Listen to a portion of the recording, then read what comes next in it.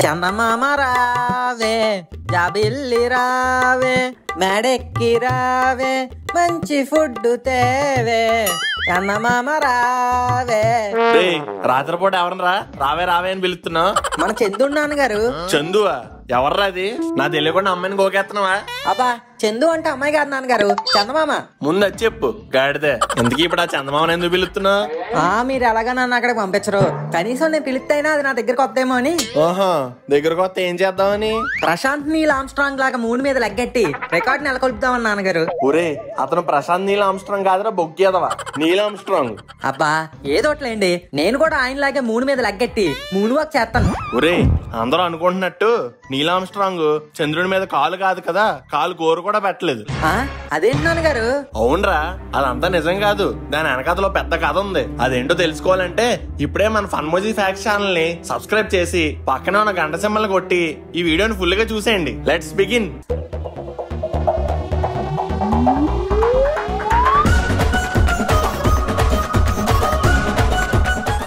అది July 16, 1969 ఫ్లోరిడాలోని Kennedy space station నుంచి Saturn 5 అనే రాకెట్ ఆకాశంలోకి వెళ్ళింది. నాన్నగారు, రాకెట్ అంటే దీపావళికి ఒత్తిలిగించి పైకేస్తాం అదే కదా?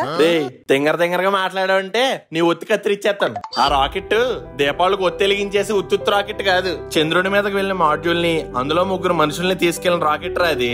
అలా ఆ రాకెట్ మాడ్యూల్స్ ని స్పేస్ లోకి తీసుకెళ్లి అక్కడ వదిలేసి తన పనిని ముగించుకుంది. ఇక అక్కడి నుంచి ఆ మాడ్యూల్స్ పని స్టార్ట్ అయింది. కమాండ్ మాడ్యూల్ అక్కడే ఉండిపోగా దాని నుంచి వేరుపడిన లోనార్ మాడ్యూల్ ఈగల్ జూలై 20, 1969 లో చంద్రుడి మీద ఉన్న సీ ఆఫ్ ట్రాంక్విలిటీలో ల్యాండ్ అయింది. అయితే ఈ ల్యాండింగ్ అంత సాఫీగా ఏం సాగలేదు. ఫస్ట్ కమాండ్ మాడ్యూల్ నుంచి భూమికి సిగ్నల్ పోయింది. ఆ తర్వాత అక్కడ ఆన్ బోర్డ్ లో ఎర్రర్ మెసేజ్లు కూడా వచ్చాయి. అలానే లోనార్ మాడ్యూల్ లో ఫ్యూయల్ అయిపోయే పరిస్థితులు ఏర్పడ్డాయి. ఏమైతేనేం ఎటువంటి ప్రమాదం జరగకుండా మన మనుషులు చంద్రుడి మీద సేఫ్ గా ల్యాండ్ అయిపోయారు. అమ్మయ్యా. లోనార్ మాడ్యూల్ లోని mission commander Neil Armstrong, mission astronaut Buzz Aldrin చంద్రుడి మీద అడుగు పెట్టారు. అయితే ఇందులో చంద్రుడి మీద అడుగు పెట్టిన మొట్టమొదటి వ్యక్తిగా నీల్ ఆమ్స్ట్రాంగ్ పేరు సాధించాడు. అలా ల్యాండ్ అయ్యి అక్కడున్న మట్టి వాతావరణాన్ని పరిశీలించి యుఎస్ జెండాని చంద్రుడి మీద బలంగా పాతి మేము వచ్చాం మామా చందమామ అని చెప్పి భూమికి రిటర్న్ అయ్యారు. అలానే దారిలో ఉన్న కమాండ్ మాడ్యూల్ అండ్ అందులో ఉన్న మాడ్యూల్ పైలట్ కోలిన్స్ ని తీసుకుని సేఫ్ గా పెసిఫిక్ ఓషన్ లో దిగిపోయారు. ఇది టూకీగా మనిషి చంద్రుడి మీద అడుగు పెట్టడానికి నాసా చేసిన అపోలో 11 మిషన్ స్టోరీ. దీన్ని అప్పట్లోనే లైవ్ టెలికాస్ట్ కూడా చేశారు. కోట్లాది మంది ప్రజలు కూడా మన మనిషి చంద్రుడి మీద అడుగు పెట్టడం చూసి ఆనందంతో ఉబ్బి తబ్బిబ్బైపోయారు. అయితే ఇక్కడ దాకా బానే ఉంది, కానీ ఇదంతా ఒక చందమామ కథని, అసలు నాసా ఏ మిషన్ గిషన్ స్టార్ట్ చేయలేదని, యుఎస్ లోని హాలీవుడ్ హిల్స్ ఏరియా 51 లో మొత్తం సెట్ వేసి షూట్ చేసేసి మన జనాల చెవుల్లో జాస్మిన్ పూలు పెట్టారని చాలా మంది అంటూ ఉంటారు. అదేంటండి అంత కష్టపడెళ్ళి పైగా ఇలాంటి వాళ్ళు ఉంటారని లైవ్ టెలికాస్ట్ చేసినా కూడా ఇంకా నమ్మకపోతే ఎలా అండి? నువ్వనే కాదురా, చాలా మంది పెద్ద మనుషులు కూడా అలానే అన్నారు. కానీ వాళ్ళు నాసా కొన్ని క్వశ్చన్స్ వేశారు. అవేంటంటే ఆస్ట్రోనాట్స్ అక్కడ యుఎస్ జెండా పాతారు, బానే ఉంది, కానీ అక్కడ అసలు గాలే ఉండదు, అంతా శూన్యం. అలాంటి చోట ఆ ఫ్లాగ్ ఎలా ఎగిరింది? ఇంకొకటి, చకచక కెమెరాతో మొత్తం ఫోటోలు ఒక ఆల్బమ్ సర్వడా తీశారు, బానే ఉంది, కానీ ఆ ఫొటోస్ బ్యాక్గ్రౌండ్ లో దేనిలో కూడా నక్షత్రాలు కనబడలేదు, ఎందుకు? ఇంకొకటి, చంద్రుడి మీద ఉన్నప్పుడు వాళ్ళకున్న లైట్ సోర్స్ ఓన్లీ సూర్యుడే. అప్పుడు సూర్యుడు ఉన్న డైరెక్షన్ లోనే అక్కడ ఉన్న ఆస్ట్రోనాట్స్, అలానే అక్కడ వస్తువుల నీడలు ప్యారల్ గా పడాలి, కానీ వేరువేరుగా ఎలా పడ్డాయి? ఇలా మరికొన్ని క్వశ్చన్స్ రైజ్ చేశారు. అలానే ఇంకొంతమంది అయితే ఇంకొక అడుగు ముందుకేసి అప్పటి US president John F Kennedy పెద్ద జాదూగాడని, సోవియట్ యూనియన్ తో అప్పటిదాకా జరుగుతున్న భారీ లెవెల్ స్పేస్ రేస్ లో వెనకపడిపోవడంతో ఏం చేయాలో అర్థం కాక ఈ షోయింగ్ ట్రిక్ ప్లాన్ చేశాడని, అంతకు ముందు కూడా ఈ ప్లాన్ తెలిసిన వైట్, రోజర్ బి, చాఫీ అనే 3 నాసా సైంటిస్టులను కూడా ఫస్ట్ మూన్ మిషన్ కి ఎక్విప్మెంట్ ని టెస్ట్ చేస్తుండగా ఫైర్ యాక్సిడెంట్ లో చనిపోయేలా చేశారని ఆరోపణలు చేశారు. అవునండి, అసలు అమెరికాయే కదా ప్రపంచానికి డాను, అలాంటిది సోవియట్ యూనియన్ తో ఎందుకు పోటీ పడలేకపోయింది? అమెరికా పెద్దదైనప్పటికీ సోవియట్ యూనియన్ ఈ స్పేస్ మిషన్ మీద చాలా డబ్బులు ఖర్చు పెట్టిందిరా. దానిలో భాగంగానే 1963లో ఫస్ట్ ఉమెన్ స్పేస్ లోకి పంపింది.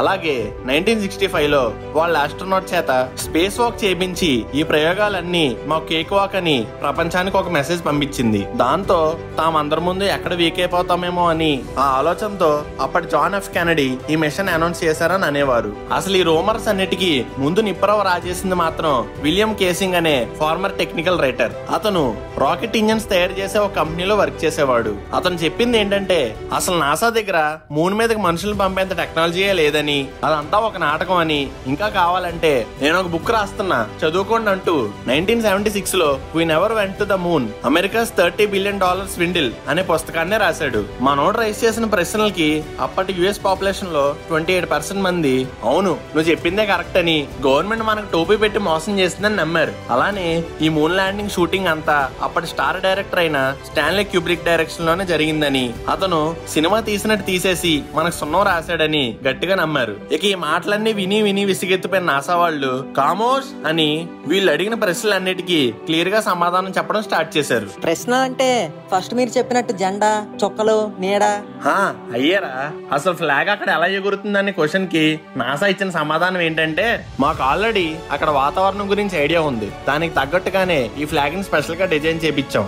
ఆస్ట్రోనాట్స్ ఫ్లాగ్ ని పాతేటప్పుడు ఎటువంటి ఇబ్బందులు తలెత్తకుండా ఉండటం కోసం ఫ్లాగ్ పోలు కతుక్కుని ఉండేలాగా దీనికి హారిజాంటల్ రాడ్ ఒకటి సెట్ చేసాం. అలాగే మీరు కదులుతుంది అన్న జెండా కేవలం ఆస్ట్రోనాట్ చేత్తో దాన్ని పట్టుకున్నప్పుడే గానీ మామూలు అప్పుడు కాదని ఒక ఎక్స్ప్లెనేషన్ ఇచ్చారు. నాన్నగారు మరి ఇంకో క్వశ్చన్ అడిగారు కదా, అక్కడ తీసిన ఏ ఫోటో బ్యాక్గ్రౌండ్ లో కూడా స్టార్స్ లేవని. అవునరా, అయితే దీనికి వాళ్ళు ఇచ్చిన సమాధానం ఏంటంటే శూన్యంలో అంటే స్పేస్ లో ఒక సెట్ కెమెరాస్ డీటెయిల్ గా క్యాప్చర్ చేయలేవంట. దానికి బెస్ట్ ఎగ్జాంపుల్ ఏంటంటే కొన్ని సంవత్సరాల ముందు ఇంటర్నేషనల్ స్పేస్ స్టేషన్ లో తీసిన ఈ పిక్స్. అవును నాన్నగారు.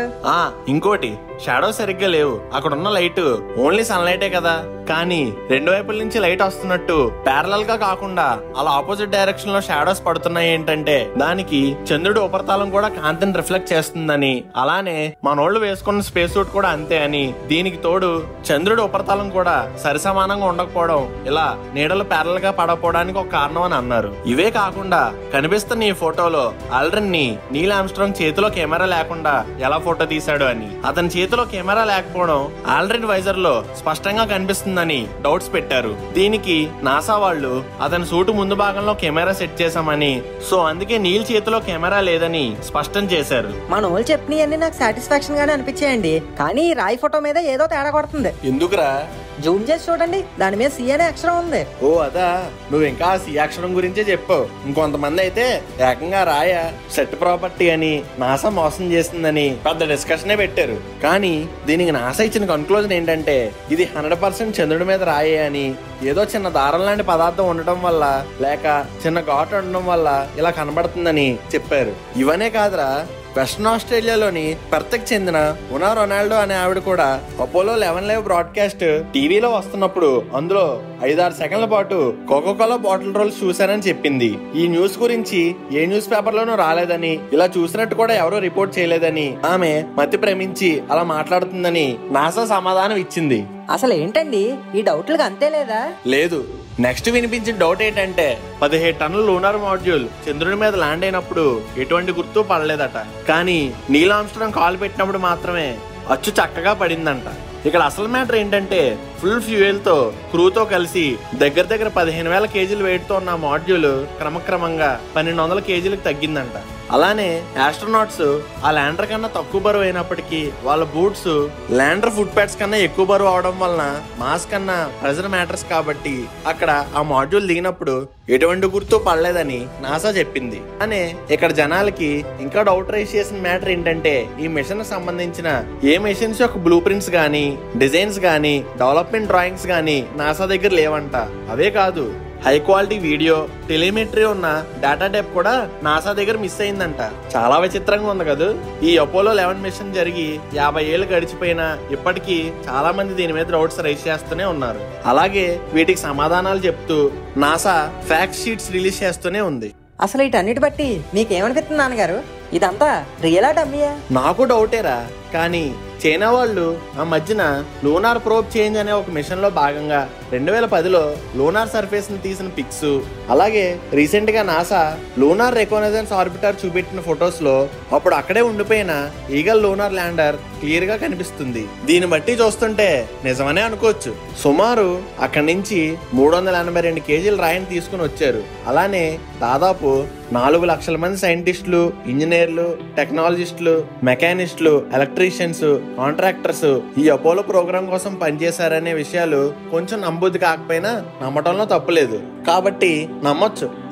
నాకు అర్థం కాలేదు నాన్నగారు. నీకేం అర్థమైందనిలే. అదండి ఇవాళ వీడియో. ఇంతకీ మీరేమనుకుంటున్నారు? నిజంగా నీల్ ఆర్మ్స్ట్రాంగ్ చంద్రుడి మీద కాలు మోపాడా లేదా? మీ ఒపీనియన్ ని కింద కామెంట్ లో తెలపండి. అలాగే ఈ వీడియో కనుక మీకు నచ్చినట్టయితే ఇప్పుడే లైక్ అండ్ షేర్ చేసి మన ఫన్మోజీ ఫ్యాక్ట్స్ ఛానల్ ని సబ్స్క్రైబ్ చేసుకోండి. పక్కనే ఉన్న గంట సింబల్ కొట్టడం మాత్రం మర్చిపోకండి.